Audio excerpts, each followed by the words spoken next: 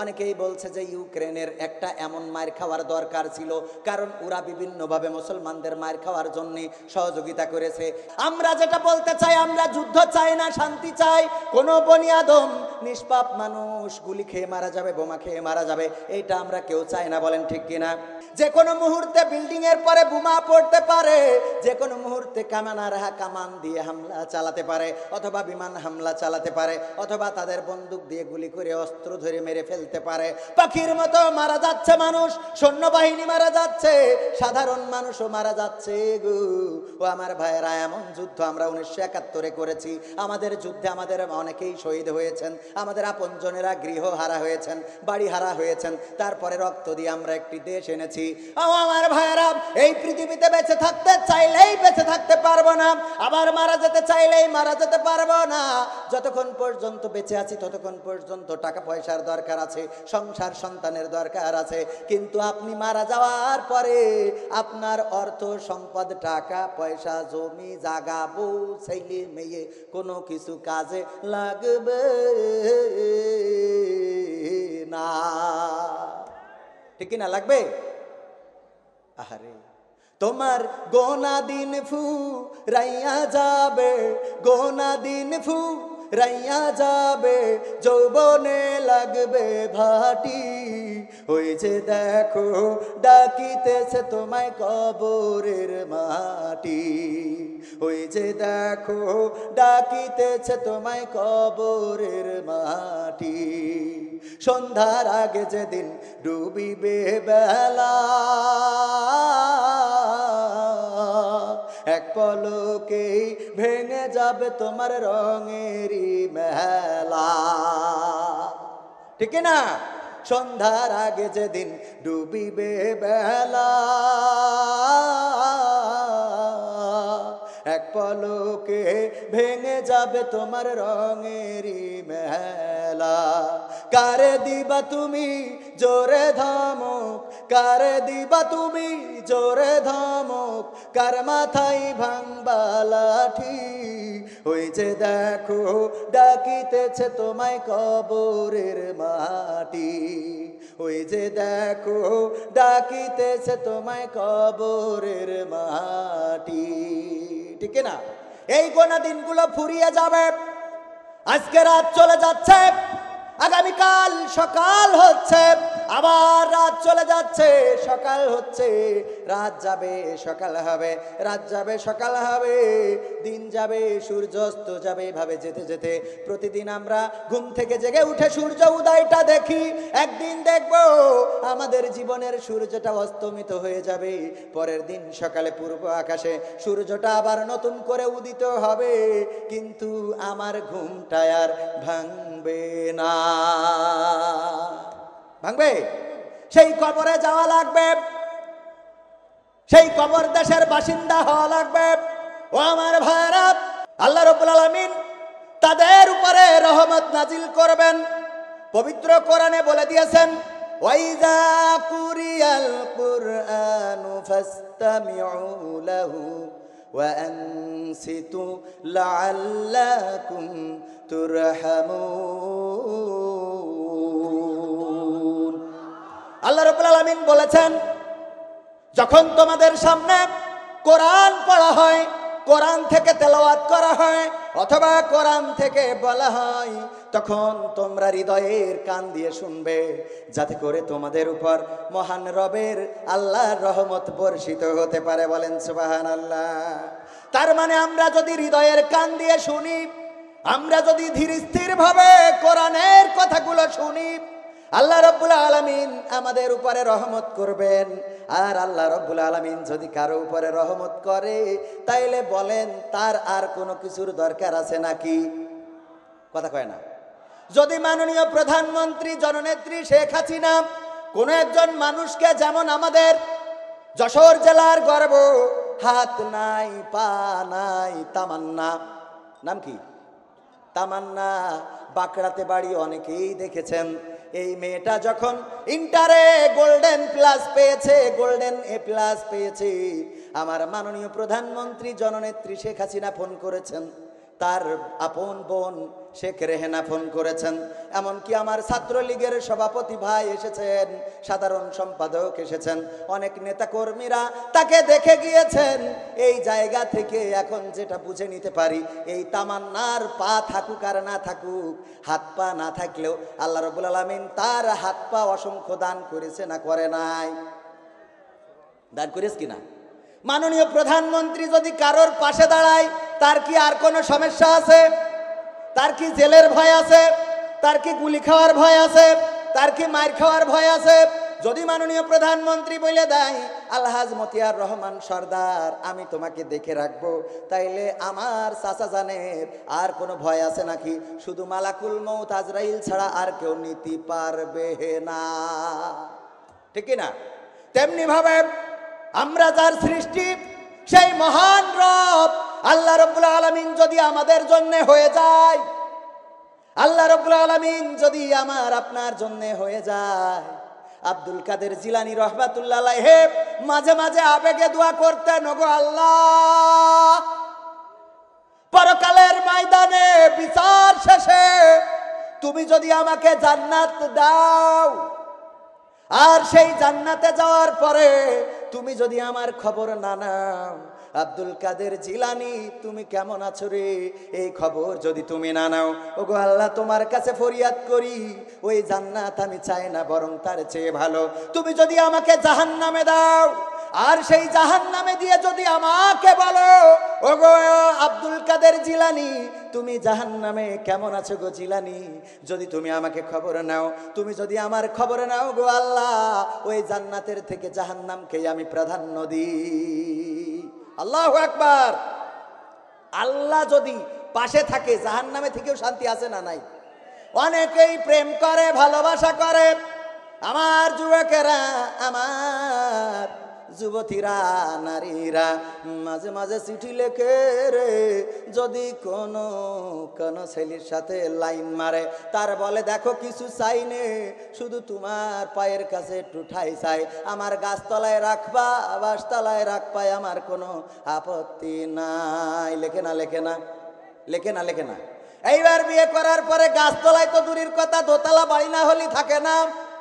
যদি গোয়াল পরিষ্কার করতে দিয়া হয় রে রে রে, তাইলে বলে আমি গরুর গোয়াল পরিষ্কার করার জন্য আসি না।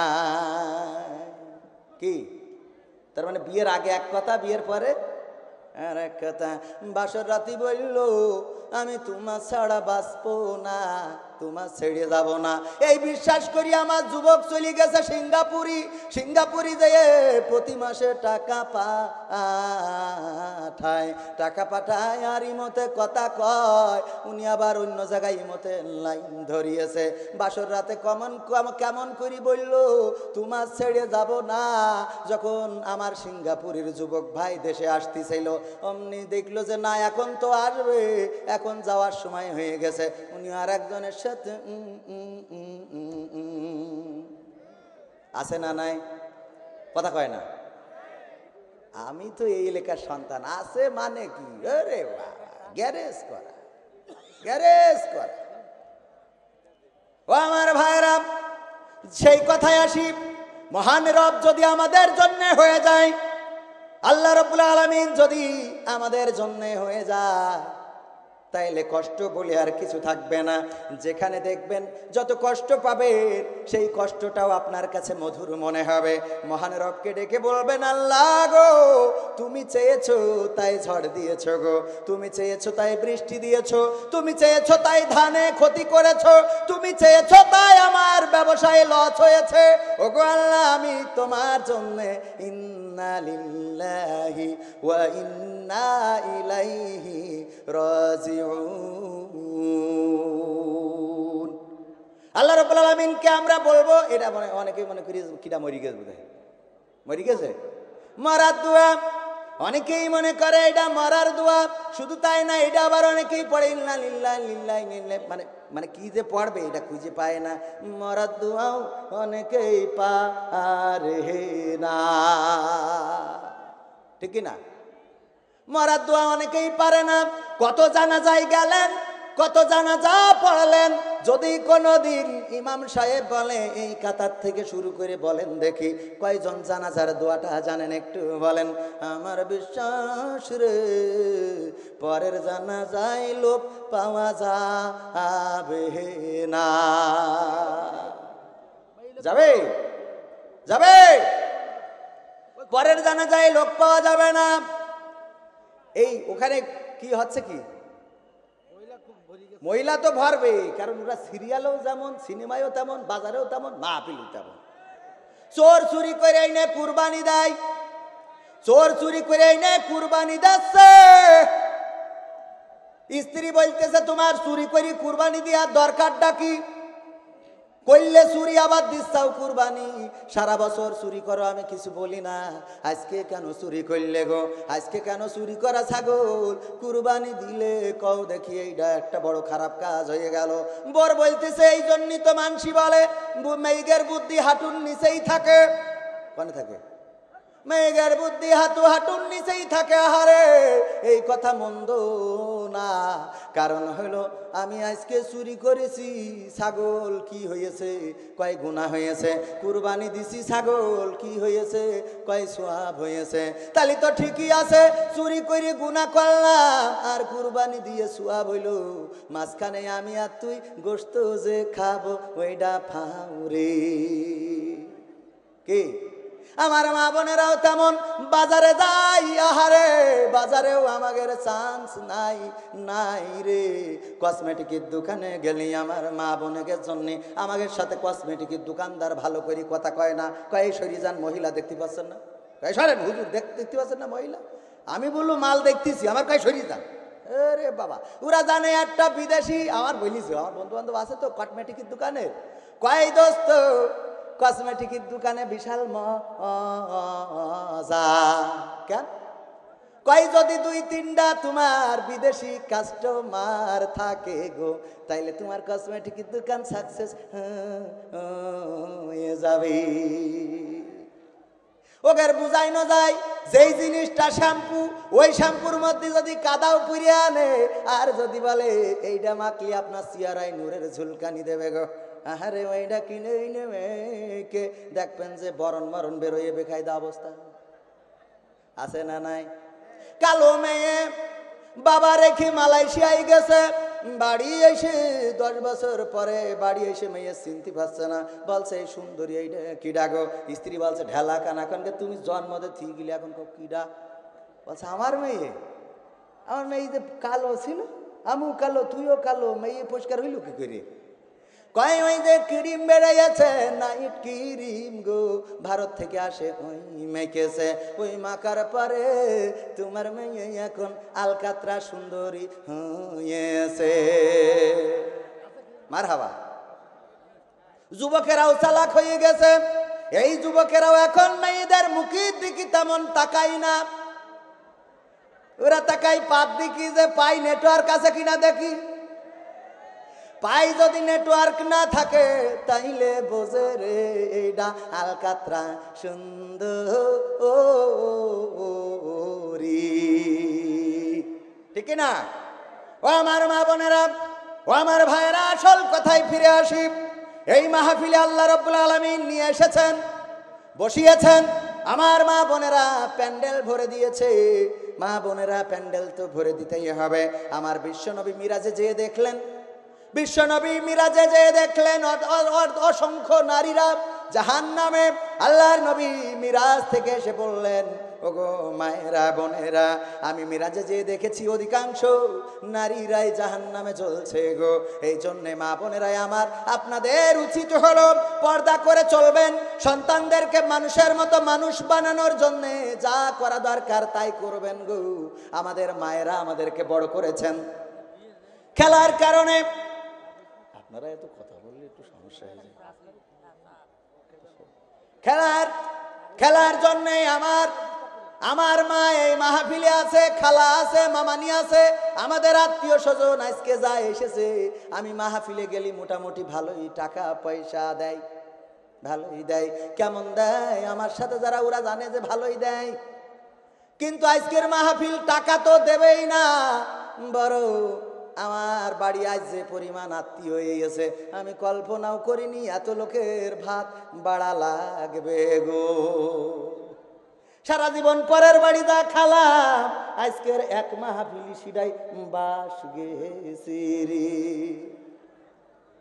এত আত্মীয়রা রয়েছে, ওরা আবার কবে দেখো আমাদের এইসব কথাগুলো বলছি। বললু কি আমাদেরও আত্মীয় যতই বলি ওরা মিস করবে না, কারণ আমি দাওয়াত দিইনি। আমার মা ফোন করিয়েছে যে একটু না বললে কেমন হয়, তাই চলে গিয়েছে। তাহলে আমি দাওয়াত দিলে কি করবে?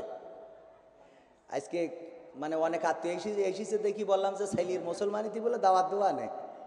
বললাম কিছু নুবান টুবান না, তা বলছে না নুবান না কেন? বলছে যদি দেন তা নুবান, যদি দেন তা না করবো কেন? ও আমার ভাইয়েরা, ও আমার মায়েরা, কলিজার টুকরা মা বোনেরা, আমার এই এলাকার মা বোনেরা সবাই আমার চেনে। আমি এই এলাকার এই গ্রামের সন্তান, এই মাটির সন্তান। এই মাদ্রাসায় লেখাপড়া করেছি, সভাপতি সাহেব আছেন, উনাদের হাতে করে উনারা বড় করেছেন। আজও যখন আমার স্যারেদের সাথে আজকের মাহফিল, যার তত্ত্বাবধানে রয়েছে আমাদের শ্রদ্ধাভাজন স্যার শাহাবুদ্দিন সাহেব, উনারা হাতে করে আমাদেরকে বড় করেছেন। আমার অনেক বন্ধু বান্ধব আছে এখানে যারা পড়তো, ওই যে আমার ইকরামুল গাজী ভাই রয়েছে, ওখানে আমার ক্লাসমেট গো। আপনি সামনে এসেন না, কারণ আপনার দেখলি এরা বুঝে ফেলবে আমার বয়স অনেক বেশি রে। কারণ আমার ভাই কওমিয়াতে পড়িয়ে দাওরাই হাদিস ওখান থেকে মেরি তারপরে এসে ভর্তি হইলো আমাদের মধ্যে সিনিয়র পারসন, তাই না ভাই? আমার ইকরামুল কবির ভাই, ইসলাম ভাই, আমার নামে নাম মিথে মানুষ। আমি যখন 7-এ এসে ভর্তি হলাম রে, তখন একসাথে আমরা পড়াশুনো করতাম।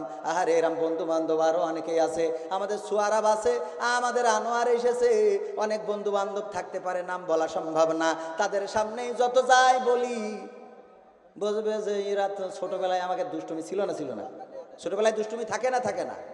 আমাদের সোয়ারাব আবুল কাশেমের ছেলে গোয়াধারপুরের, ওর মা অসুস্থ, আমার বলছে তুই একটু দোয়া করছিস মাহফিলি যাইয়ে, অনেক জায়গায় তো মাহফিলি যাস, তোর দোয়া হয়তো কবুল হবে না, কিন্তু সামনে যারা আছে ওদের কারণে একটা দোয়া কবুল হলেই হয়।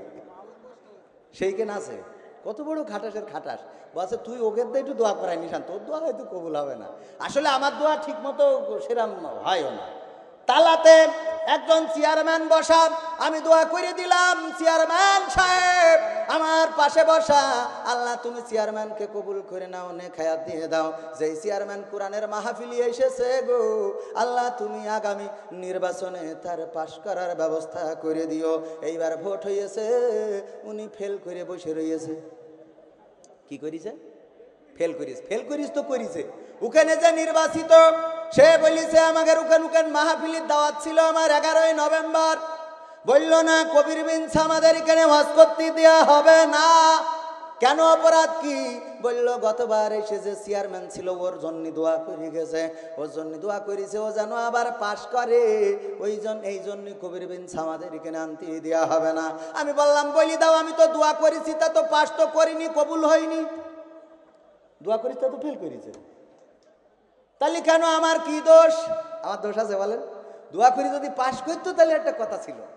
আহারে, যাই হোক, সব মিলায়ে এবার আমাদের যিনি চেয়ারম্যান হয়েছেন, মন থেকে চেয়েছিলাম একজন ইসলামের পক্ষের শক্তি, দিনের জন্য ইসলামের জন্য মেহনত করে, কোরআনের জন্য, ইসলামের জন্য, ইসলামী সংস্কৃতির জন্য। একটা সময় উনি অপসংস্কৃতির জন্য কাজ করেছেন, আজকে যাকে স্টেজে দেখছেন অপসংস্কৃতির পক্ষে এক সময় কাজ করেছেন, এখন উনি পরিবর্তিত হয়ে কনভার্ট হয়ে ইসলামী সংস্কৃতির পক্ষে কাজ করে। আল্লাহ রাব্বুল আলামিন মুহতারামকে কবুল করে নিন, বলেন আমিন। হাত তুলে মা চাঁদ দেখাতে শোনাতে তুমি ঘুম পাড়ানির গান, সেই তুমি মা একলা একা কেমনে হলে এতটা পাষাণ। আমি তো কাঁদি দিবানিশি, তুমি তো মাগো পরবাসী। আমি তো কাঁদি দিবানিশি, তুমি তো মাগো পরবাসী। তোমার তরে অন্তর জলে পড়ে আমার প্রাণ। হাত তুলে মা চাঁদ দেখাতে শোনাতে তুমি ঘুম পাড়ানির গান। সেই তুমি মা একলা একা কেমনে হলে এতটা পাষাণ। দুধ মাখা ভাত খাইয়ে দিতে অনেক আদর মেখে, আমার সুখে হাসতে তুমি কাঁদতে দুঃখ দেখে মাগো। দুধ মাখা ভাত খাইয়ে দিতে অনেক আদর মেখে, সে আমি মা থাকি যে প্রবাসে, সবই আছে নেই মা তুমি পাশে। সে আমি মা থাকি যে প্রবাসে মাগো, সবই আছে নেই মা তুমি পাশে। তুমি তো মা ঘুমিয়ে আছো ওই যে বাঁশবাগান, হাত তুলে মা চাঁদ দেখাতে শোনাতে তুমি ঘুম পাড়ানির গান। সেই তুমি মা একলা একা কেমনে হলে এতটা পাষাণ। তোমার ছেলে অনেক বড় হবে, দুঃখে ভরা সংসার তোমার সুখে ভরে দেবে মাগো।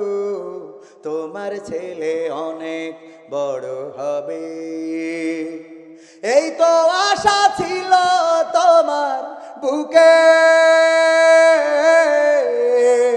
তবে তুমি ঘুমালে সে কোন সুখে। এই তো আশা ছিল তোমার বুকে মাগো, তবে তুমি ঘুমালে সে কোন সুখে। তুমি ছাড়া শূন্য আমার সুখের বাগান। হাত তুলে মা চাঁদ দেখাতে শোনাতে তুমি ঘুম পাড়ানির গান। সেই তুমি মা একলা একা কেমনে হলে এতটা পাষাণ। প্রবাসেতে থাকি মাগো দিন তো কেটে যায়, গভীর রাতে তোমার স্মৃতি আমাকে কাঁদায় ও মা। প্রবাসেতে থাকি মাগো দিন তো কেটে যায়, বিদেশ থেকে ফিরলে দেশে মাগো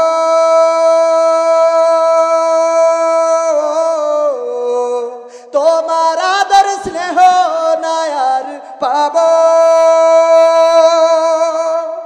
বিদেশ থেকে ফিরলে দেশে মাগো মা, তোমার আদর স্নেহ নায়ার পাবো। তুমি তোমা হতে পারো না এতটা পাষাণ। হাত তুলে মা চাঁদ দেখাতে শোনাতে তুমি ঘুম পাড়ানির গান। সেই তুমি মা একলা একা কেমনে হলে এতটা পাষাণ মাগো।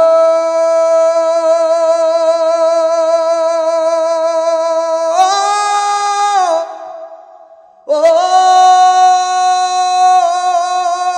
আমার জনম দুঃখিনী মা।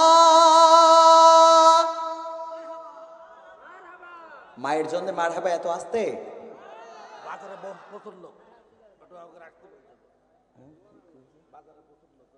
বাজারে অনেক লোক ঘোরাঘুরি করছে। আমরা স্বেচ্ছাসেবক ভাইদেরকে বলবো যে তাদেরকে কেনাকাটা হয়ে গেলে তাদেরকে মাহফিলে পাঠিয়ে দিন। ইনশাআল্লাহ বললে সওয়াব আছে না নাই?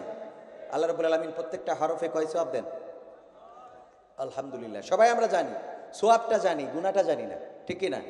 এই জন্যে আমরা ক্রিকেট দেখি রে, সিরিয়াল দেখি, আমরা সোয়াবের খবরটা রাখি, কিন্তু কোনটা করলে গুনাহ এটা জানি না। আমি যদি বলি সুদ খান, কিডা কিডা হাত উঁচু করেন। দেখেন সব আল্লাহর ওলি, কেউ সুদ খায় না। সুদ দেন, কিডা কিডা হাত উঁচু করেন। কেউ দেয় না, তাইলে এখানে ওয়াজের আর কোনো দরকার নেই। সুদ খাওয়ার লোকও নেই, সুদ দেওয়ার লোকও নেই রে। এইবার দেখাই, আমিও সুদ দিই কেমন করে। কারেন্ট বিল চলে এসেছে, স্ত্রী বলল কারেন্ট বিলে এসে টাকা ঠিক টাইমে দিয়ে দেওয়া, কিন্তু করোনাকালীন সময়ে ওয়াজ বন্ধ হয়ে গেল। ওয়াজ বন্ধ হইলেও মাল পানি কামাইনো বন্ধ হয় না, হয় না, এটাও বন্ধ হয়ে গেল।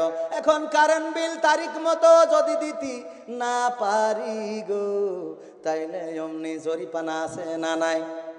তার মানে হইলো আপনি যদি 1 মাসের মধ্যে শোধ না করেন, 1000 টাকায় যদি 1 মণ ধান দেওয়া লাগে, ওই বিলির কাগজেও লিখে দিয়েছে যদি এই তারিখের মধ্যে না দিতে পারেন, তাহলে আপনার এই টাকায় এই পরিমাণ সুদ আসবে গো। এইবার একটু বুকি হাত দিয়ে বলেন, সুদ দেন না এমন কোন আল্লাহর ওলি আছে? মোবাইলে হঠাৎ টাকা ফুরাই গেছে, ধার নিয়েছেন 2.5 টাকা, যেই টাকা ভরিছেন কেটে নিলে 3 টাকা মাগনা, নাকি ওই 8 আনা হইল সুদ গো। গুনা কনে এইটা বুঝি না, খুঁজি না।